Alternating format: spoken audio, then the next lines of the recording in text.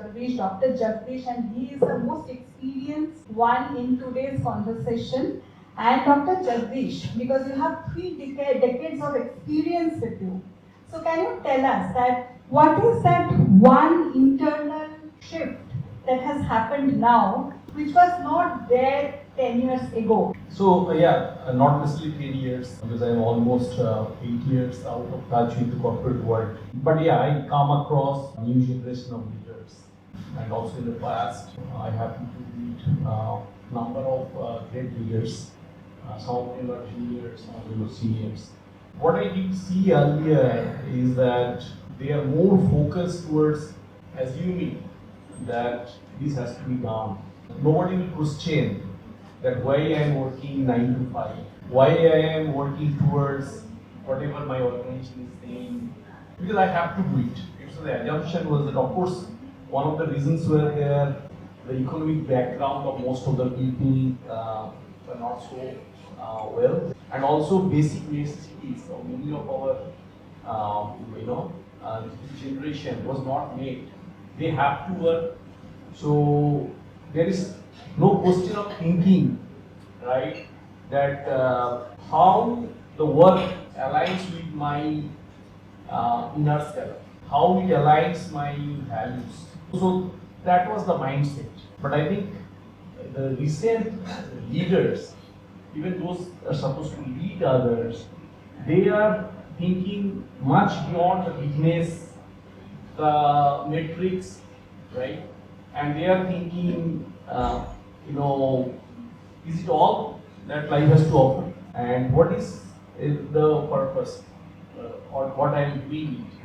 So I see a lot more people are doing soul searching these days.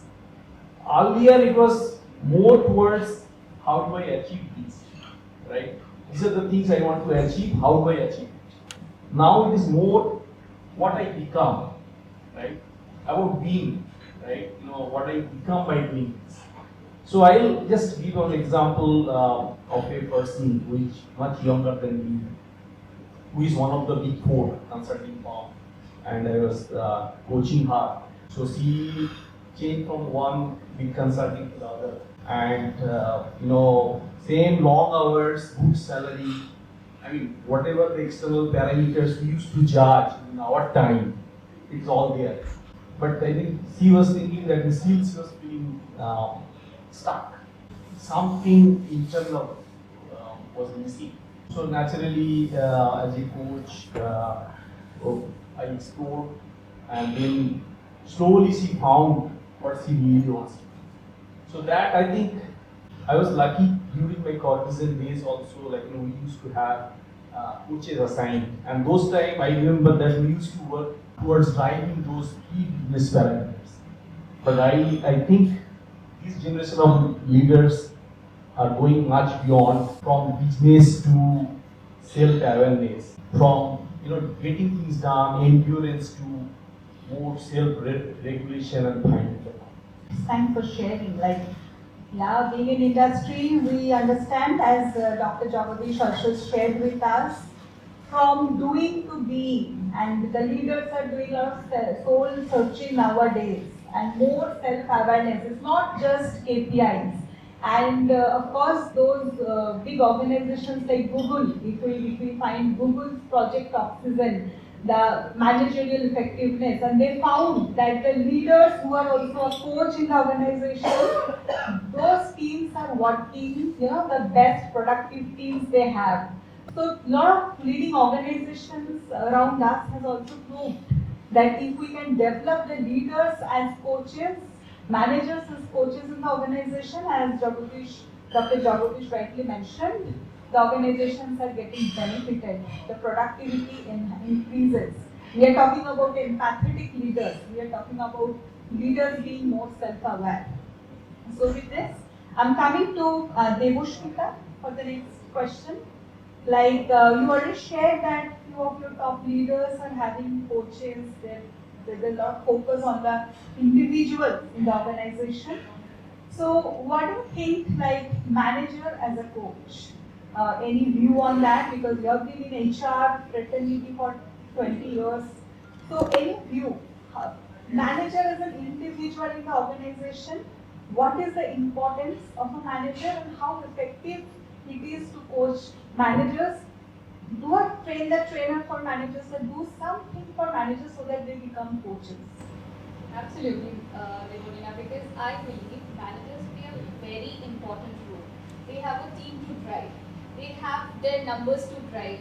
So a lot of thing is dependent on them, and the best of the performer who is even meeting numbers need some kind of organizational support.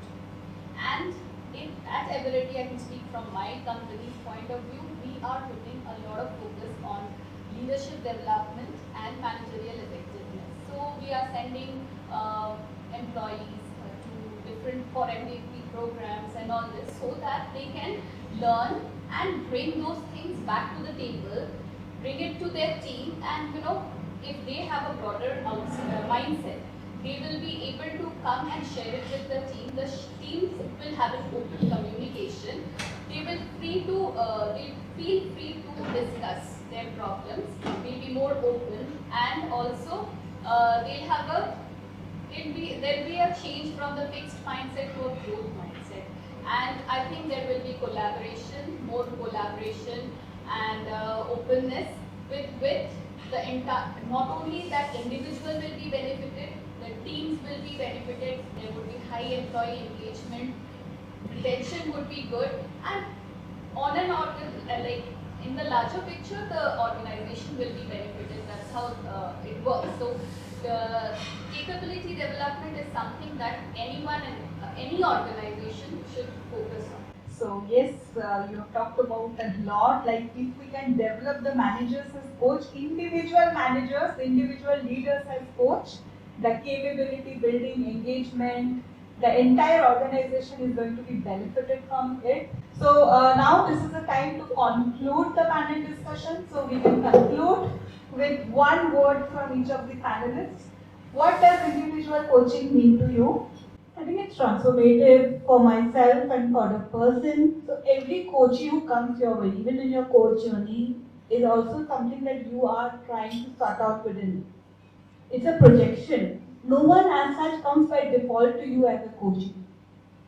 So it's a brilliant, ongoing, evolutionary, transformative journey for yourself and the coachee. The second case study that I was talking about, the Big Four consultant. So when she understood, right, what she wants, so final discovery was that she was looking for kind of finding a purpose, meaning, and her meaning was having more control and all these things. So it was more towards taking more ownership. So when she started, basically her driver was autonomous, and to get autonomy, you need to own not only piece of it but the whole of it. And she realized that, and as a result, I see that organization is getting very good. So it is very, very well connected when individual improves and it aligns with his or her more purpose, and there will be a proper way how the organization can get there. So I think to conclude, whether it's a individual coaching or group coaching, we all learn by practicing, right?